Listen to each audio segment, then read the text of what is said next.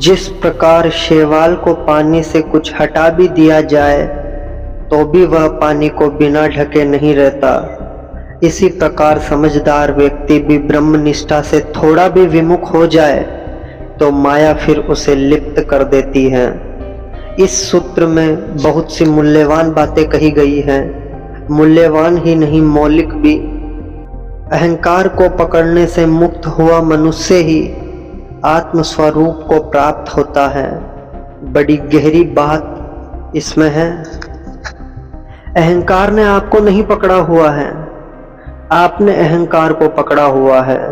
संसार ने आपको नहीं पकड़ा हुआ है, आपने संसार को पकड़ा हुआ है। दुख नहीं आपको जकड़े हैं, आपकी ही कृपा का फल है। दुख आपका पीछा नहीं कर रहा है, दुखों ने कुछ ठान नहीं रखी है आपको दुख देने की, आपके निमंत्रण पर ही आते हैं। साधारणतः हम सोचते हैं क्यों है दुख, क्यों है यह संसार का कष्ट, क्यों है यह आवागमन, क्यों है यह अहंकार सताता है, कैसे इससे छुटकारा हो। निरंतर हमारे मन में यह बात चलती है, कैसे इससे छुटकारा हो। आप सबके मन में कभी ना कभी यह प्रश्न उठता ही रहा होगा, अन्यथा यहाँ आना संभव था नहीं, अन्यथा यहाँ आना असंभव था। कैसे इससे छुटकारा हो। लेकिन यह सूत्र आपको बड़ा निराश करेगा, क्योंकि यह सूत्र कहता है छुटकारे का सवाल ही नहीं, क्योंकि अहंकार ने आपको पकड़ा नहीं है, संसार ने आपको रोका नहीं है, जन्मों ने आपको बुलाया नहीं है, यह आपकी मर्जी है। इसलिए यह पूछना गलत है कि कैसे छुटकारा हो, यही पूछना उचित है कि किस भांति, किस तरकीब से हमने इस सब दुख उपद्रव को पकड़ रखा है।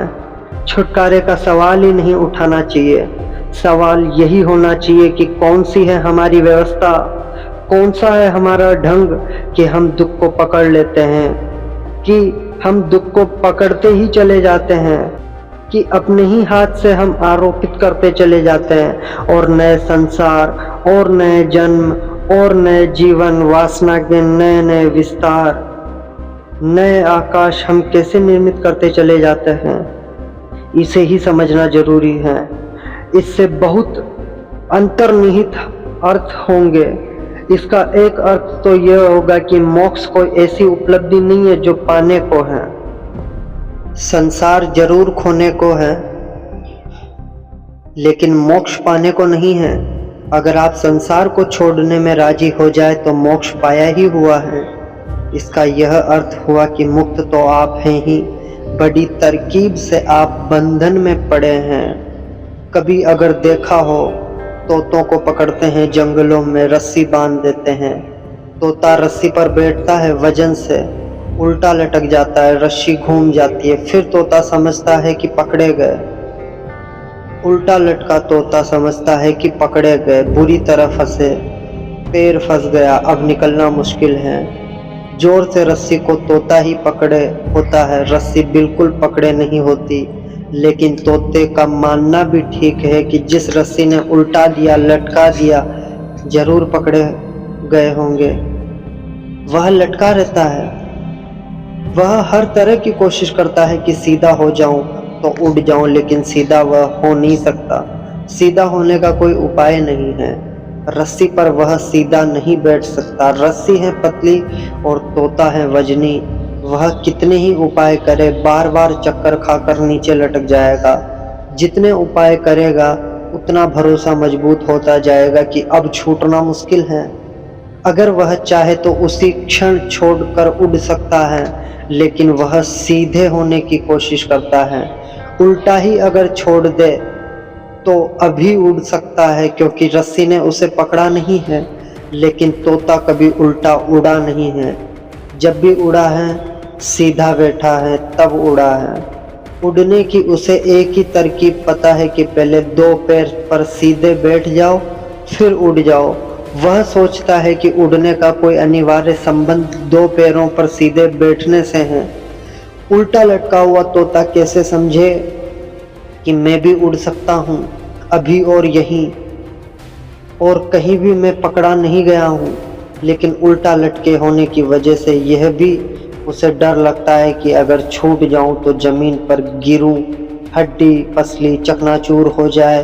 तो जोर से उस रस्सी को पकड़ता है। कितनी ही देर बाद उसको पकड़ने वाला आए, उसे पाएगा वहीं लटका हुआ मिलेगा। करीब करीब आदमी की चेतना की स्थिति ऐसी है, किसी ने भी आपको पकड़ा नहीं है, किसको इसमें रस आएगा आपको पकड़ने में? और इस बात में कोई उत्सुकता नहीं है कि आपको पकड़े रखें।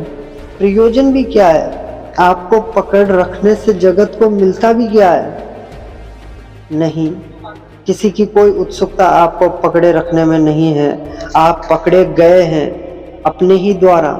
कुछ भ्रांतियां हैं जो आपको ख्याल देती हैं कि मैं पकड़ा गया हूं, और बड़ी भ्रांति तो यही है कि आप अपने को इतना मूल्यवान समझते हैं कि सारा जगत आपको पकड़ने को उत्सुक है।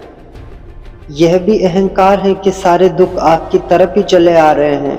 इतने दुख, इतना ध्यान देते हैं आप पर। सारे नरक आपके लिए निर्मित किए गए हैं, आपके लिए। आप केंद्र में बैठे हुए हैं, जैसे यह सारी जगत की व्यवस्था आपके लिए चल रही है, और आप केवल रस्सी में लटके हुए एक तोते हैं। पर यह भ्रांति होने के ठीक वैसे ही कारण है जैसे तोते के हो जाते हैं।